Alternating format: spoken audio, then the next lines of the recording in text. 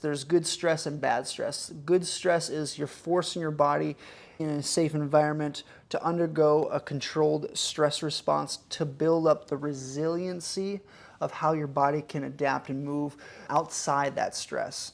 They recommend that even a total of 11 minutes per week at that 50-degree mark is sufficient to reap a lot of benefits with cold immersion. If you were going to do a much colder temperature, and that's anywhere from 30 to 40 degrees, some sessions, even up to 30 seconds, are still effective for stress hormone. That's how I would recommend getting started. So it's just starting mild and then maybe jumping into the more intense sessions, whether that's shower first, immersion later, or if you're going to do immersion, making sure that the temperature is a little bit warmer and then move to the lot colder temperatures. Welcome to the Functional Code, your go-to source for decoding optimal health. Join Dr. Addy and Dr. Jace as they break down the science behind pain, performance, longevity, and more, making complex concepts easy for you to understand and apply in your life. Your journey to a healthier you begins with understanding the Functional Code. Welcome back, everybody, to the Functional Code. We are going to be talking about all things cold therapy today and its effects on health. We're going to be compiling pretty much everything that we could grab our hands on from the top experts regarding cold therapy. We're obviously going to be even talking about our experiences with it and even how we've obviously coached other patients along with improving their health and even managing their pain, a lot of other things that cold therapy can help with. I hope you guys are excited just as much as we are to inform you and give you this guide, because it is awesome. Dr. Jace and I spent a lot of time really trying to come up with almost everything that we could think of from all of the experts that we know of that really understand cold therapy. So, as always, I am Dr. Addy. And I am Dr. Jace. Yeah, when people hear of cold therapy, oftentimes stress comes to their mind, which there's good stress, bad stress. But in terms of today, like Doc said, we're going to go into a few things on guidelines, dosages, where to start, beginners not, some of the research behind cryotherapy, what are the types of cryotherapy. Yep. We'll also get at the end of, should you do heat, should you do cold? I think that would be a good one to go over because a lot of people have questions on that. Yep. And just even the physiological effects on what happens to many other different body areas when you are exposed to cold, whether it's locally or systemically as a whole. And then we have a fun, interesting fact at the end of a human feat involving cold therapy / athleticism with that as well. Yeah, absolutely. So that'll be fun that way. So let's start off with safety guidelines, because anytime you are exposed to cold for longer periods of time, it can break down the body and have a lot of negative effects. So cautions are definitely important to know. So, Doc, do you want to start off with a little bit of what the guidelines you have for safety? Yeah, absolutely. The first one is going to be environment. A lot of people that maybe live in a colder area have access to lakes, rivers, and might utilize that environment for cold plunging or swimming. Which, if you obviously are, avid swimmer, that's usually not an issue. But if this is something that you're first trying out, using like a controlled environment like a bath or a tub, that's going to be probably a lot more safe for yourself. So just making sure to think about that before you get started. Breathing precautions, they actually recommend you shouldn't try to hyperventilate before entering the cold water. This can lead to shallow breathing blackout due to oxygen depletion. Just making sure that you control your breathing while you are doing the cold plunge, it's going to be far more efficacious just to make sure that you're not over breathing, hyperventilating. And then third, if you happen to have heart issues or even anything regarding any types of stress on the body, please consult a doctor before you start doing something like this, just to make sure that you're ready for this kind of extreme, because it can get quite cold and it can have quite an effect on your body. And now it's all good stuff, but we just want to make sure that you're safe. And then lastly, we want you to start mild cold exposure before progressing to a lot colder scenario. So start, and we'll obviously talk about temperature, dosages, all those things to do as a beginner, but just so you understand, that is something that we want you to think about before getting started on this. So with that, Doc, you want to just jump into a little bit on how does cold therapy work, and maybe some of the just differences in physiology regarding vasoconstriction when people are doing cold therapy. Beautiful. Yeah, no, that's really smart. So when we look at this, and we're going to look at it from not only the local site, but also there's a whole systemic effect as well. So in terms of when anytime you go or have a body area that goes into cold therapy itself, it forces the blood vessels to constrict, which then limits blood flow to that area. So that can also have a negative, and it can prolong the healing rate of whatever tissue that is in which you want to heal, recover. So that's going to be one thing. But it also reduces the nerve activity, which can help for pain sensation. Yep. So you reduce blood flow, you also reduce the pain sensation from the nervous system side of things as well, which for some people there's pros and cons with that. But anytime you go, especially full body, systemic full body immersion, then it releases what's known as endorphins, or kind of like the feel-good, happy hormones, if we will, which also has an anti-inflammatory response through the whole system, oftentimes mainly due through interleukin 10, which is a small protein that has effect on the whole system on that side of things. It limits blood flow, it limits nervous system activity, which can help for pain, but it has a positive effect overall. A lot of times when we look at this, there's good stress and bad stress. Good stress is you're forcing your body in a safe environment to undergo a controlled stress response to build up the resiliency of how your body can adapt and move outside that stress. And we'll get into more specifics with that, but those are some of the main things that are involved physiologically wise with cold therapy on that side. Yep. And there's a bunch more that we'll get into, but that's just the general understanding of why we would choose cold therapy. Yes. Especially for more of a clinical setting. Ooh, yeah. But it's even for wellness setting, there's a bunch more that we'll obviously jump into. And then I guess the last one that I forgot to talk on was the cryotherapy or chamber. And I would say for that, you still get a lot of the same benefits. I think from those anecdotally that I've spoke to that have really studied cold therapy and have done, and I've done all of these, so I know there's my opinions as well, but they do say that immersion therapy is towards the end of the spectrum as far as not so much risk, but just intensity. Yes. And the benefits are usually more well received and felt versus I would say cryotherapy is maybe a little bit in the middle, and then showers, not to say that they're so far in the beginning, but if you're going to create a spectrum, I would put that in maybe an order, so to speak. Yeah, now, physiological benefits, like Doc was saying, we're getting vasoconstriction, which can decrease swelling. We're reducing nerve activity, which can help with pain.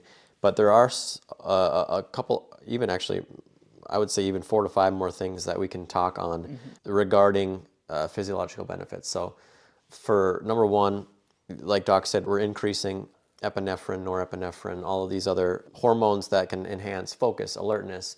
They can even drive energy, dopamine release, all of these things for changing mood, motivation. And that's usually the first one that I like to explain to patients is when I am consistently doing cold therapy, those kinds of things are absolutely enhanced. And making sure you are not pushing yourself so that this is an overwhelming response to your body, because when we first get started, you can even look online. There's a lot of people sharing their first time doing cold therapy, and it almost looks like an absolute bombardment of nervous system. People can't breathe. They can't even lower themselves into the water because it has just completely shocked their system. These things absolutely can come from a session, but we want to make sure you're prepared to receive these benefits, and it might take some time temperature-wise and length of session-wise to get there. That's one that I know that I love doing cold therapy because of, we've talked anti-inflammatory. It can improve brown adipose tissue storage, like you said, Doc. It really helps improve mitochondrial health too, along with improving the amount of brown adipose tissue. BAT has a high thermogenic effect. So when we have more of that, we can actually improve our metabolism. Some people even state that their ability to manage their weight improves. Not to say that they get a ton of weight loss from doing this, but their ability to fluctuate in their metabolism tends to improve. Especially men state that their workouts improve, they become they feel like their musculature is more toned, and they just have a different feeling when adding cold plunges in prior to workouts. And I just want to make sure too, because a lot of people, and this is more utilization, when we do cold therapy prior to or after a workout, it can have different effects. Yes. So a lot of people like to do cold therapy prior to a workout. It actually, some research has shown that actually can improve your testosterone production. Not to say that there's a lot of research on this out there. We still have a lot to learn, but it can possibly uptake and upregulate the ability to boost testosterone prior to a workout.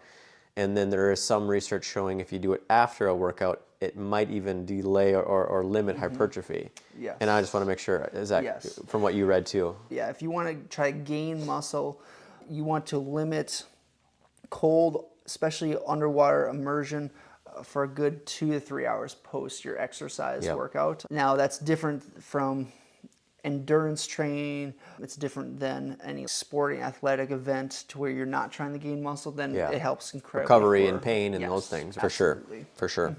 And then mental resilience, just, Yes. and I know I touched on stress and focus and alertness, but really stress resilience and mental resilience, just things that don't shake you as much as they used to. Doing cold therapy consistently and just realizing, when I started this, I was in a very high stress job, and I was putting out fires all day, every day. And I would walk into work and I could literally put out fires all day, every day. And at the end of my job, I still had energy. I still I was fired up. That definitely changed when I stopped doing it, still working in a pretty high pace environment, and just noticing that things got to me a little bit more. I was maybe a little more raw towards people, and this is just me personally, but I do notice that can really improve mental toughness, stress adaptation for myself. But Doc, anything with that? Yeah, you push the stress barrier. So if you almost think about it, like if you're, like Doc said, a high stress job, you reach that threshold so quickly. In order to increase that threshold, that's where you need other stresses of either exercise, cold exposure, tough work that your body doesn't like to go through, so you can raise that level just so the normal stressors don't feel like anything at all. I love that. Good Yeah. point. Excellent point. And you'd be surprised at how much you can put yourself through. A lot of people, yes. it may look scary in the beginning, but just how you feel after you start doing this, and how much stronger and tougher and confident and resilient. Yeah, I would recommend it for anyone who's interested in trying it. Yes. And then, like we've talked about, performance recovery, all those things, post-exercise, if you wanted to work on, as long as you're not trying to limit hypertrophy. Yeah, cold therapy. And again, I know that there's more out there. There's so many more out there. We touched a little bit on hormones and testosterone. There's still some research coming and showing if it does have an effect on it. I know one of the creators of a pretty popular cold plunging equipment, Morozko Forge, I think his name is Thomas Seeger. And he has had countless case study after case study after case study sent to him of people doing cold therapy before and after, and some of the things that they're getting. And I don't want to detour anyone from any type of treatment or push them unless they're ready. But, from just some of the things that he shared with me on Instagram, there are gentlemen that are starting 1 year and then post 1 year of proven of testosterone is doubling just by doing cold therapy. I know there are patients with cancer that have tumor markers that are getting lower and shrinking. So I don't want to get into that whole conspiracy of it, but I think it's Thomas Seeger. If you want to look him up on Instagram, he shares those case studies, and if you're interested on how it affects the body even more, please look him up, because I learned a lot from him as well. I love that. So, and that's a really good point too. Places where to go, and even he'll describe the reason why, because I looked into some of his stuff. Really awesome individual and really good insights as well. And not only for him, but people online, social media, that there's a guy that randomly pops up on my social media. He's done cold underwater immersion 730 some days in a row already. Yeah. It's just, so you can do it for years on end every single day. It's for some people, if you have certain conditions that can be a little different. So again, like we said, consult your doctor on that side of things. But when we're looking to go in terms of the frequency of how often we want to use this cold water immersion, Doc, do you want to speak on either amount of sessions a week? So as you are getting started, this is usually where we can talk about, actually what I'll do is I'll preface what some people do versus cold immersion and cold shower. So some people do like to do immersion therapy. If you want to maybe not go so deep right away and just have a cold shower, it's a little bit less intense, some would say. And your temperature on your tap should be roughly around 50 degrees. I think that's pretty standard. So if you're going to do that, you can do that for about a minute. If you want to do a few minutes, that's just fine. And then usually I'll save that till the end of the shower. So you can go ahead and shower with warm water, and then right towards the end, go ahead and just do that for a minute, maybe to 3, and then that's how you would end that session. So that's a great way to get started. Now, if you wanted to jump actually into immersion therapy, I would recommend starting with that same amount of temperature, maybe 50 degrees, and you can actually do that a little bit longer than what we would recommend with a colder temperature. So they recommend that even a total of 11 minutes per week at that 50 degree mark is sufficient to reap a lot of benefits with cold immersion. If you were going to do a much colder temperature, and that's anywhere from 30 to 40 degrees, some sessions, even up to 30 seconds, are still effective for stress hormone. Now, a lot of people like to push that and do it as long as they can, especially if it's really cold, because they do feel such crazy mental benefit and stress resilience and all the other positive things that we're going to get into in a little bit. That's how I would recommend getting started. So it's just starting mild and then maybe jumping into the more intense sessions, whether that's shower first, immersion later, or if you're going to do immersion, making sure that the temperature is a little bit warmer, and then move to the lot colder temperatures too. Doc, do you have anything on that? Yeah, and preface this, most of this podcast that we're going to be talking Fahrenheit for those people outside the US. Now, if you want to create a shiver response as well, so you go take a shower, you go turn the water to cold, and then you stay outside of the cold water, having your body shivered for maybe 30 seconds to a minute, go back into the cold, and then come back out again. That'll also help for brown adipose storage, which will also have better effects. We'll get into that some as well, but outside that, yeah, really good point on all those. I love how you're starting not as cold and then just prolonging the time, and then you can even build up from there. So really good point on that as well. Just getting started, you can, and there's a bunch of ways you can even, what a session looks like. A lot of the places that you go into that maybe you just want to try, they'll actually have you do cycling hot and cold. So you'll do cold, do sauna, or actually what you'll do is some of them will have you do sauna for 30, do a cold plunge, and then do hot tub, cold plunge, hot tub, cold plunge.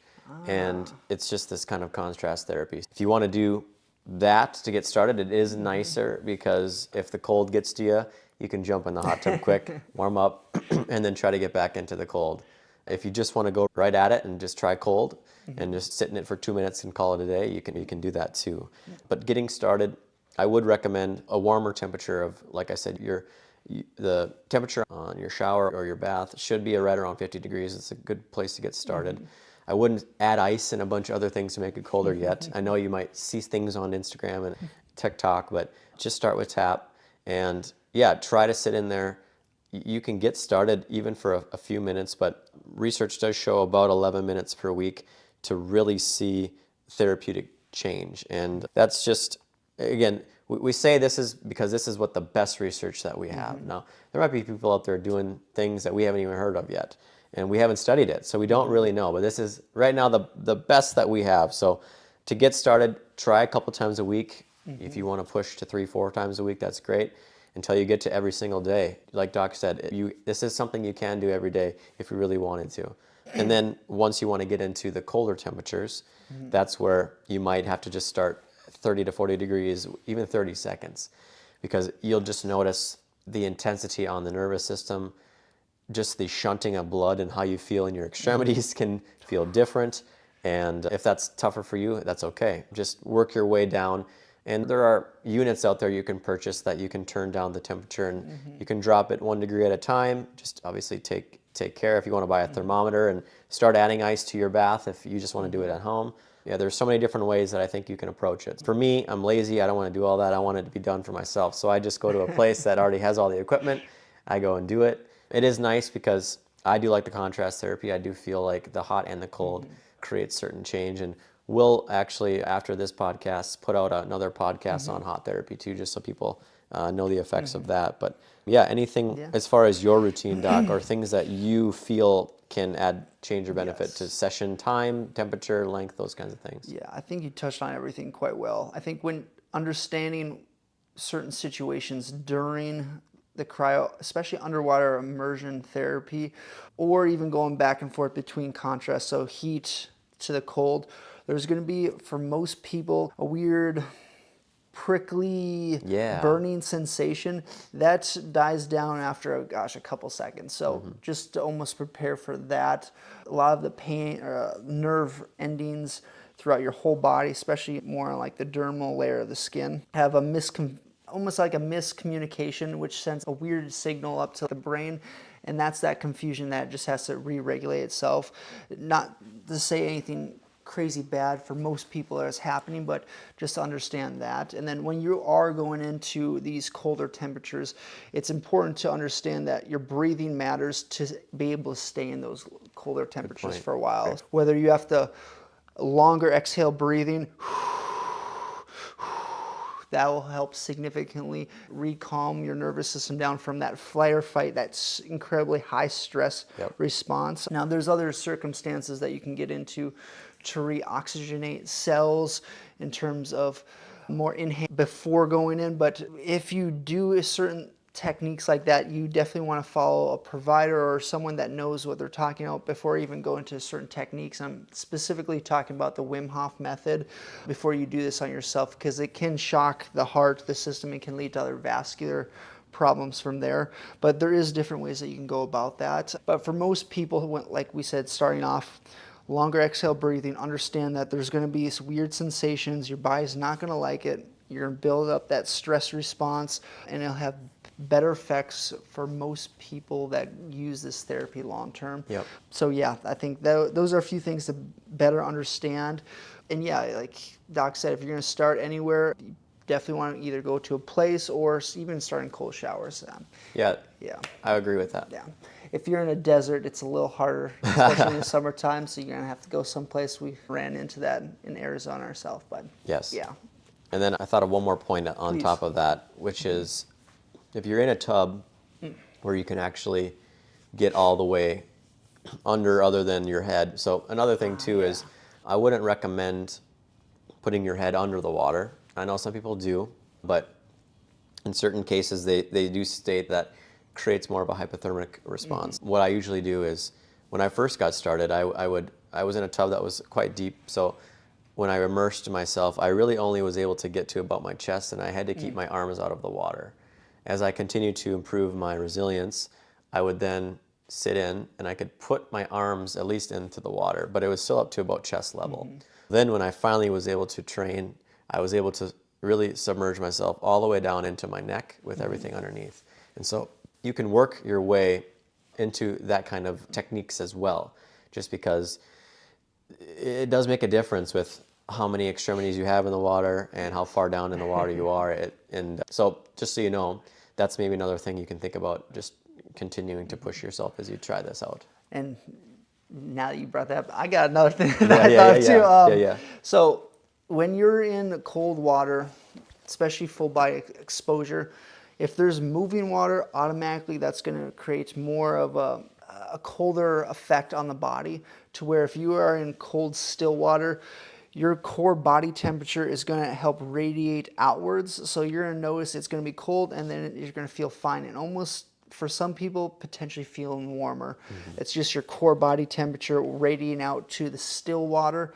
However, you usually don't feel that effect with running cool water around. It's just that naturally cycles through, and it affects how your core body temperature regulates its surroundings.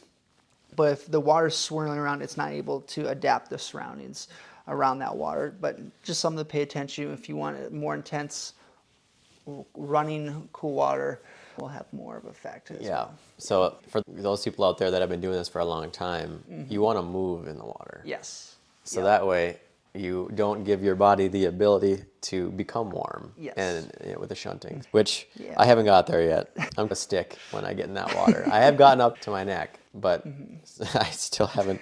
When I get in that water, man, I try not to move at all, because you'll just notice that the extremities, they start to get numb, that's the part I wait for. I wait for the extremities to get numb, because then it's not as bad, like you said. Yep. But after a while, that numbness turns to this more, I don't even know how to explain it. It's just this, you can only tolerate so much. And then that numbness starts to get annoying. And I usually want to get into that hot tub. So yeah, it's different for everybody, but absolutely beneficial. And I recommend it for anyone who wants to try it. So Doc, I think we've done a good job covering, I think, the nuts and bolts of it, but let's get into what scientists and researchers are seeing with some of the studies that they've already done. So do you want to talk on the volleyball player trial here with immersion therapy and what they saw in athletes? Yeah, so there's a few studies that compound and add on to what the physiological effects are for the most part. So this was the effects of cold water immersion on muscle soreness and performance in athletes. And this, was published at the Journal of Sports Science. Now, it was a randomized control trial with pre and post intervention measurements. They pretty much did a 5-day trial of a microcyle with professional volleyball players. And the main part that they were looking at is muscle soreness, especially after long workouts that they had.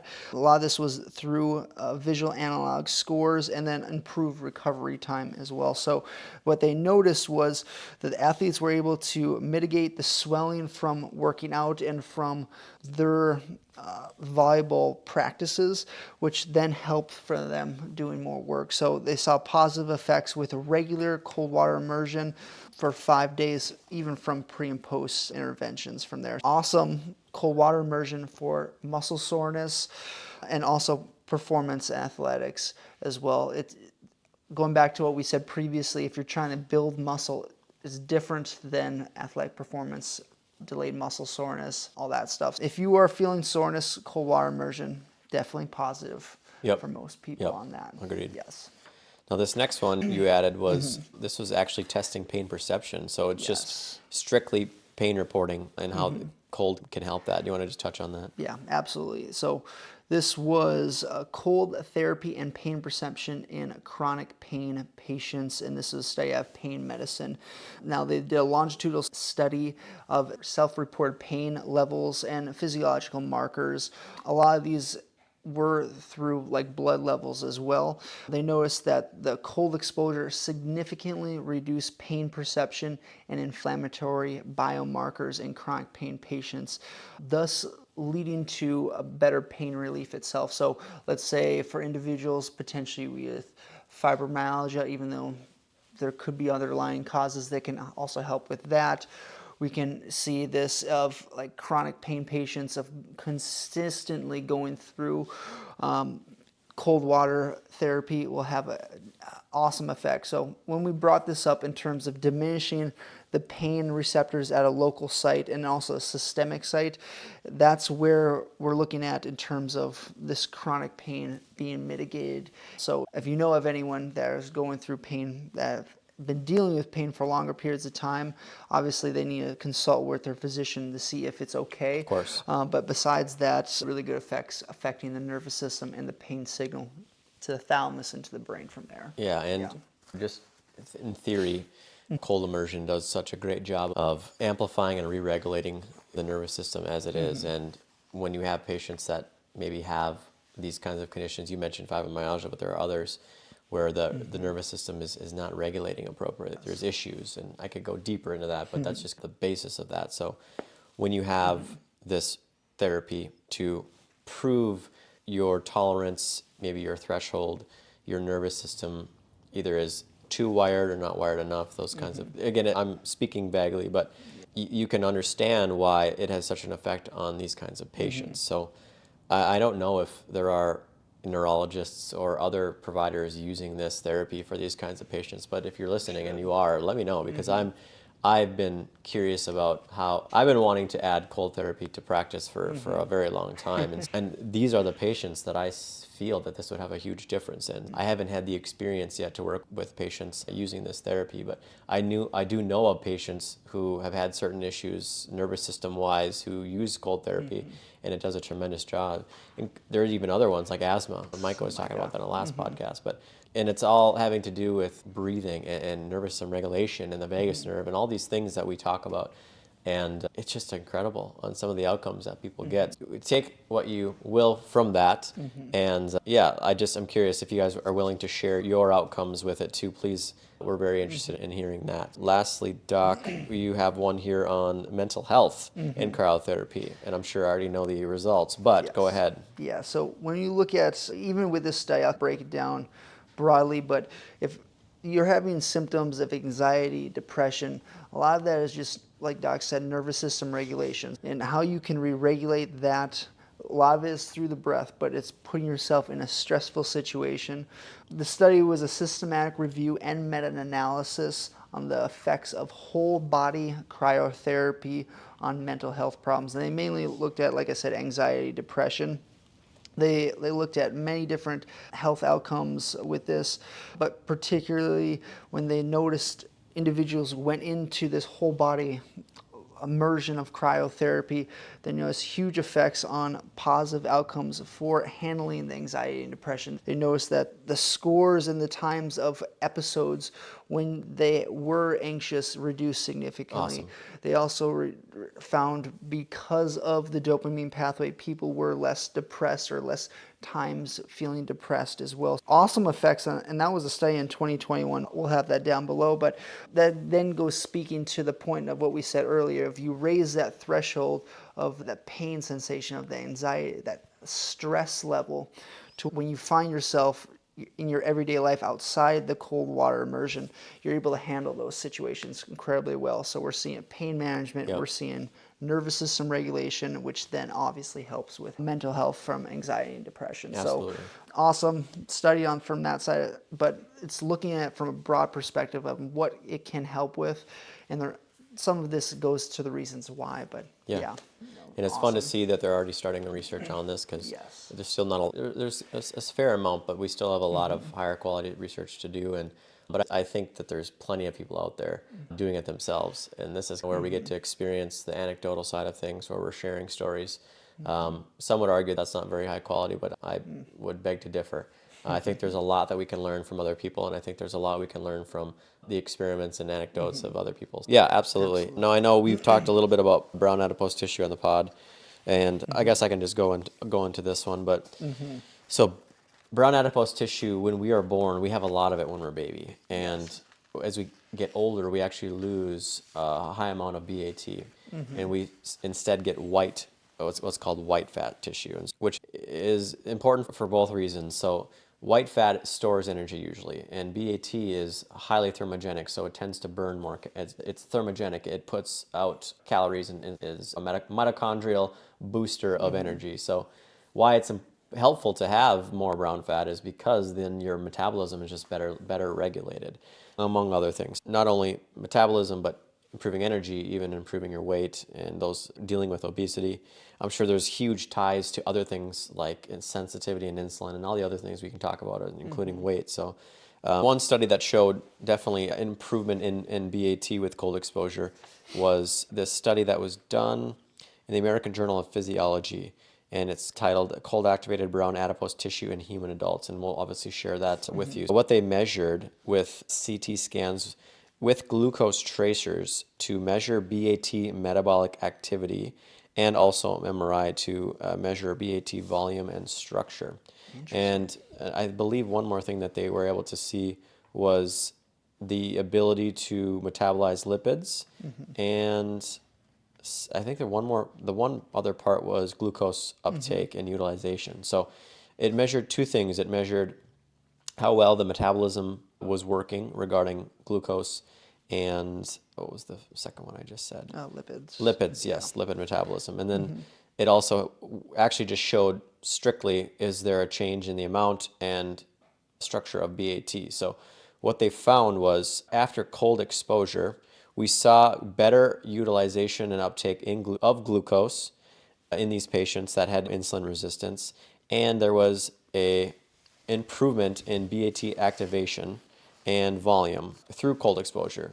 And so again, this is how we obviously know that this is something that is affected, but the fact that we also got to see towards the latter end true effect on humans and how it improved these, I believe it was type 2 diabetics is one of the key populations in the study, just showing already a change in their health using cold exposure. It's something that I think we need to include more in with certain protocols, but we'll obviously need more research before people adapt that in the higher studies. But yeah, anything with that, Doc? Yeah, and even when you're going through some of this, the one thing that I thought of right away, and we may have brought this up previously long ago in other podcasts, of people, I think they're like babies in Switzerland, if I remember right, on how parents brought their kids outside, babies for that matter, because of they have so many storage of this brown adipose tissue, to where they build up the resilience in these kids, in these babies, and they put them into colder environments,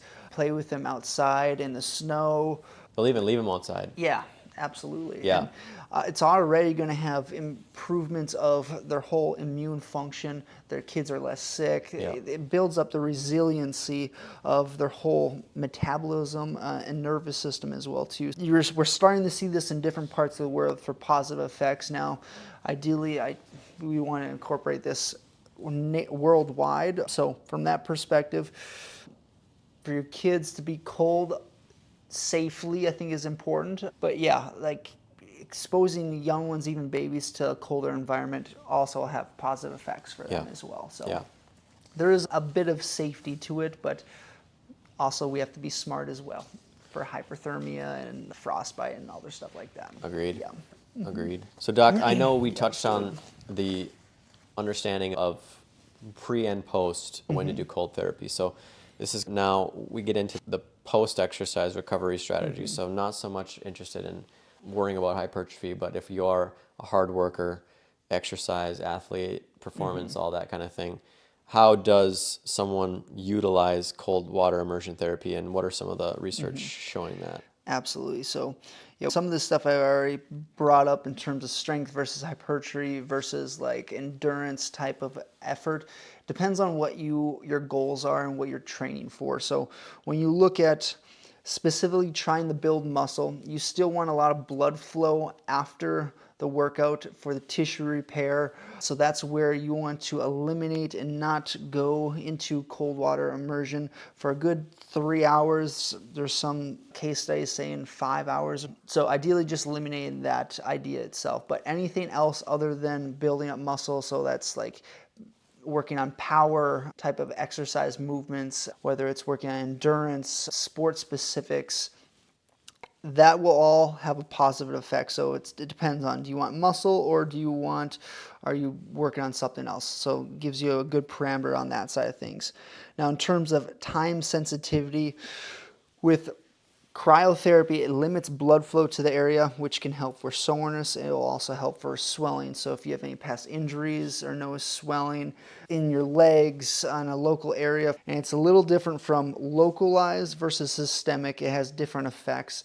So you have to pay attention to that. But for most, if you go into a full body, full underwater immersion, it automatically helps for the local site as well. So better use of your time, full body, ideally on that, other than space and other resources that you may have may limit that a little bit there too. Now, let's go into the heat versus cold challenge, and this will give you a good understanding. Do I do heat? Do I do cold? Yep. And then we can go back and forth. But a lot of this, and I'll actually preface this with a study, and the study is the effects of cold and heat therapies on pain relief in patients with delayed onset muscle soreness, or DOMS. And it's a meta-analysis. They did this on, and let's back up, DOMS, it usually occurs anywhere from 12 to 24 hours after a post-exercise. So if someone exercises really intense or they get back into working out and they notice this weird soreness, what is going on? Oftentimes that is due to this delayed onset muscle soreness, which is just a reaction from small micro damage to either tissues nearby or the full body inflammatory response, and how that's signaled back up to the brain. So with this study, there was cold treatments, cryotherapy, and then heat applications or hot packs used. The study was meta-analysis of 59 randomized controlled trials, which are higher quality studies, and that encompassed over 1,300 patients. Now they combined all these different types of cold and heat therapies, and the main things that they looked at in terms of the key findings: within 24 hours, hot packs were the most effective, followed by contrast therapy where it's heat cold, for the recovery for delayed onset muscle soreness. And then over 48 hours, cryotherapy showed a higher effectiveness for prolonged pain and relief. So if you're having pain within 24 hours after workout, heat. If you're having pain after 2 days, you want to go cold, cryotherapy. Okay? So, Doc, let's go here. True or false? Hot packs consistently ranked higher in early pain relief. And this is true, and I didn't know that, actually. That's interesting. Yeah. Anecdotally, I've always found cold to be helpful, but I understand now that makes a lot more sense with hot packs. So that's cool. I actually might start using that with patients and seeing if that's more beneficial, because that's awesome. Yeah. Okay, what's the next one? Cryotherapy showed increased efficiency with time. So that's true. Yeah. So Yeah. prolonged, so my then recommendation would probably change. I would do heat in the first 2 days.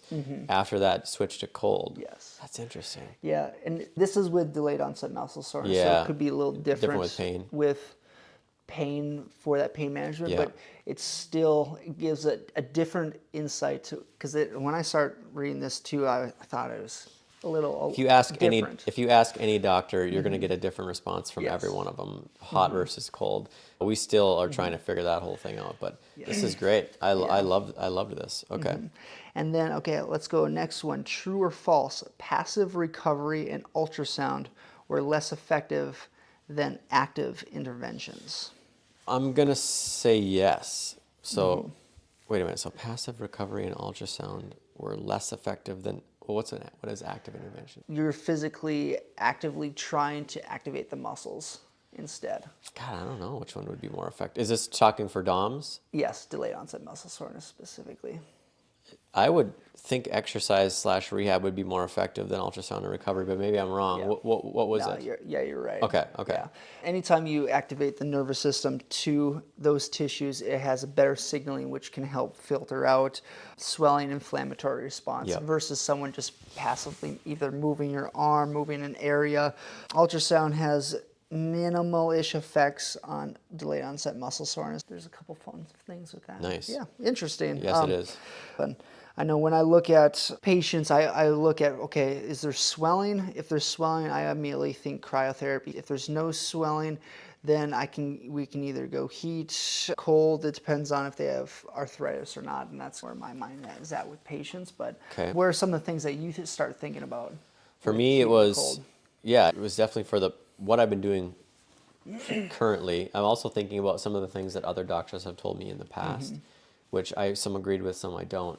But now hearing this, like I've always been, I used to think hot right away, and then I switched to cold, and now I'm back to hot. Like it's just interesting because, and to be honest, there's probably other research out there showing the latter, because there is so much indiscrepancy with research. But this part was interesting though, because it had followed by contrast water therapy. So what I do know from other docs is if you're going to do hot therapy, do moist heat versus like a hot heating pad. Yes. You'll actually find that to be more effective.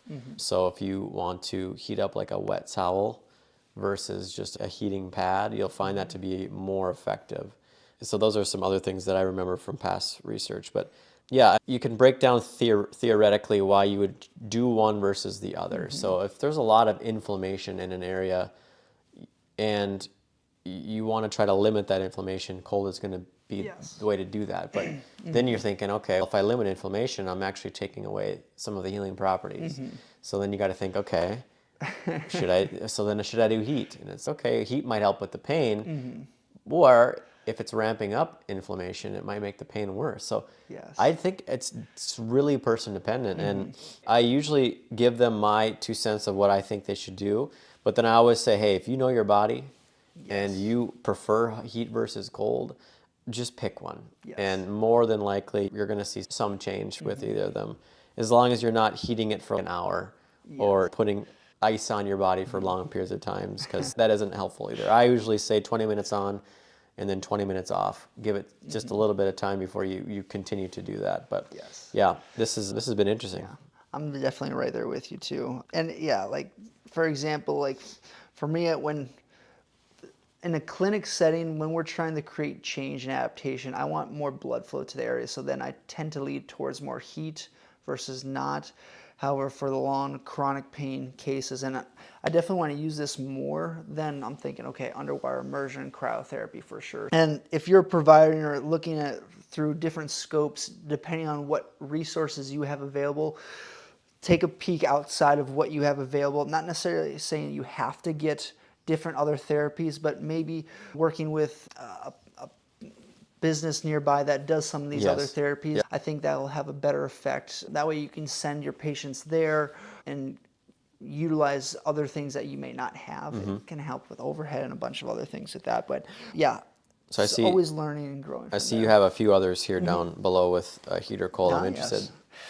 All right, so Doc, some of this we already went through, but what would you recommend for chronic achy joints? Chronic achy joints. Chronic, I'm going to say heat, because now we know. I thought chronic was cold. For like pain sensations. It would be heat. But I would, you could go, so then it depends on See, what now, the symptoms are. Yeah, now we're stuck. So regardless of what we just learned, for chronic achy joints, I would have said heat. Same. And it would be for this reason here. It would be, we have some chronicity, meaning we probably don't have as much of an inflammatory response as we used to. And so heat can help bring blood to that area. It can improve that healing response and create that over again. That's what my mindset would be. And I'm curious what you think. I would be the same way, but I think I would go more localized, so maybe a heat pack instead of full body sauna. Okay. Versus if you're going to go for the full body chronic pain signal, then maybe underwire immersion or go back and forth between contrast therapy. Yep. That would be my thoughts there. But yeah, I think you can make an argument for a lot of these, other than if there's swelling, you probably don't want heat because it's going to, there's a higher Like a lot of chance- swelling. Yeah. Like a lot of swelling. Because then it'll increase the swelling from there and could make more detrimental outcomes from there. But then, yeah, it'll go back and forth between full body heat cold or localized heat cold. Yep. But once you know the reasons why behind all this, you can pick and choose and see what works best for you from there on that side of things. So, yeah.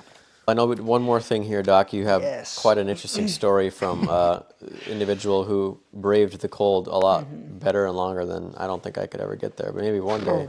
But I guess this just rounds off just us talking about breath work and the nervous system. And that ties into what the vagus nerve can do to control temperature regulation, all these things that we can do as humans that we just didn't really understand. And getting to see these feats really shows what we can do as humans. And so, Doc, you wanted to share this story here? Of course, yeah. We try to look at different things that people could go into cold therapy involved. So we went to the Guinness World Record book more so. And this gentleman, Stig Sivertsen, who is a Danish free diver, is now holding the world record for the longest distance swam underneath ice. And this happened in December 2020. He swam a distance of 202 meters, which is 663 feet under the ice in Greenland. And that's where he set the world record. The feat was completed while holding his breath and without wearing a wetsuit. Incredible. He swam wearing only swimming cap, goggles, and yeah, completed the whole venture underneath, where he was navigating through a lane carved into the ice, which makes sense because if you can't see because I know who is the individual. I don't think it was Wim Hof. Maybe it was Wim Hof. No, I can't remember. Anyways, individual that I was listening to, when you're swimming in such cold temperatures, the eyes they have a glaze over them as the nervous system protects the heat and works inwards. External extremities, if they're not getting blood flow, they lose sensation, numbness. That's where frostbite, all this other hypothermic effects can take place from there. So the fact that this individual went 663 feet underwater is incredible. So when you are sitting in that cold tub and noticing that you're just trying to get to a 3-minute mark, just remember someone has swam 663 feet in cold water, and that's moving cold water. And so 3 feet in a yard, 100 yards is a football field. That's 600 feet is 2 football fields. Yeah, that's a little bit over 2 football fields. If you Down want to back. get a better idea of, man, that is impressive. It's incredible. Man, the humans are incredible. That's awesome. Yeah. That just shows what we can do as humans through just management of our own bodies, regulation, breathing. I'm sure it took this man quite a bit of time to practice and obviously regulate his own nervous system. But man, that's incredible. That's super cool.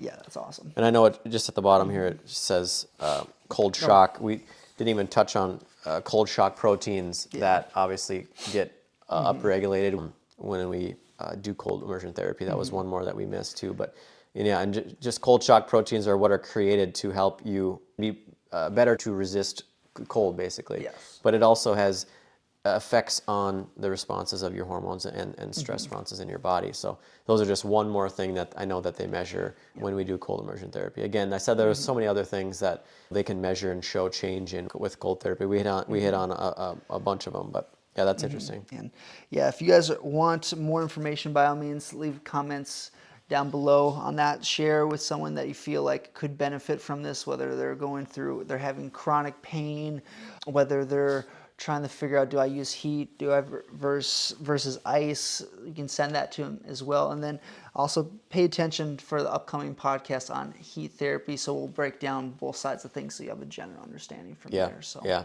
it should be fun for you guys. And this is something that I know people have been diving into more and more ever since I think like 2020. I don't know. There's been a huge rush of people wanting to do cold plunge, which I think is great. Yes. I think it's awesome. So if you guys start up and you're having some fun, let us know how it goes. If you've been doing it, please let us know what it's helped with condition-wise. We love these stories. We love sharing them. We actually just put out a little snippet of a guest of ours, Micah, talking about how it helped with his asthma. So look that up.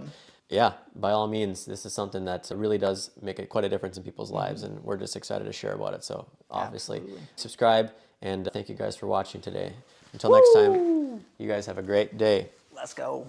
Disclaimer, the content provided in this health podcast is for informational purposes only and is not intended as a substitute for professional medical advice, diagnosis, or treatment. Always seek the advice of your physician or other qualified health provider with any questions you may have regarding a medical condition. Never disregard professional medical advice or delay in seeking it because of something you have heard on this podcast. If you think you may have a medical emergency, call your doctor or 911 immediately. Reliance on any information provided in this podcast is solely at your own risk. The creators and hosts of this podcast are not responsible for any actions or decisions you may take based on the information presented. Thanks for joining us on The Functional Code. For more evidence-based health insights, subscribe, rate and review wherever you get your podcasts. Remember, your journey to a healthier you begins with understanding the Functional Code. Until next time, stay well, stay informed, and embrace the science of living well.